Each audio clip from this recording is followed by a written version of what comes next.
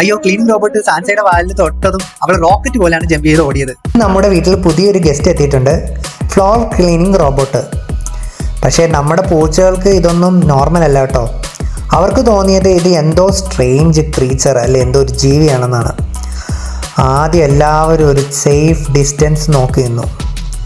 ഇതെന്താ, ജീവിയാണോ മെഷീനാണോ എന്ന പോലെ. സാൻസ അല്പം കറേജ് കാണിച്ചു. അടുത്തേക്ക് വന്ന് സ്ലോലി സ്മെല്ല് ചെയ്ത് ചെക്ക് ചെയ്ത്. റോബോട്ട് മൂവ് ചെയ്തപ്പോൾ എൻ്റെ പടച്ചോണി എന്നെ രക്ഷിച്ചോണി എന്ന് പറഞ്ഞ ഒറ്റ ഓട്ടം. ഇത് ഡേഞ്ചറസ് ആണോ എന്ന കൺഫ്യൂഷൻ. ഇതിനിടയിൽ റോബോട്ട് സോഫയുടെ അടിയിലേക്ക് കയറി.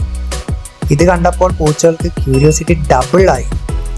3 പേരും കൂടെ പല സ്ഥലത്ത് നിന്ന് നോക്കാൻ തുടങ്ങി, ഇൻവെസ്റ്റിഗേഷൻ മോഡ് പോലെ. ഒരാൾ താഴെ നിന്ന് നോക്കും, മറ്റേ സൈഡിൽ നിന്ന് നോക്കും, അങ്ങനെ ചെക്ക് ചെയ്യും. ഫുൾ ഒരു ടീം വർക്ക്. പക്ഷെ റോബോട്ട് പുറത്തേക്ക് വന്നതും 1 സെക്കൻഡ് കൊണ്ട് എല്ലാവരും വാനിഷ്. അവിടെ പിന്നെ ആരെയും കണ്ടിട്ടില്ല.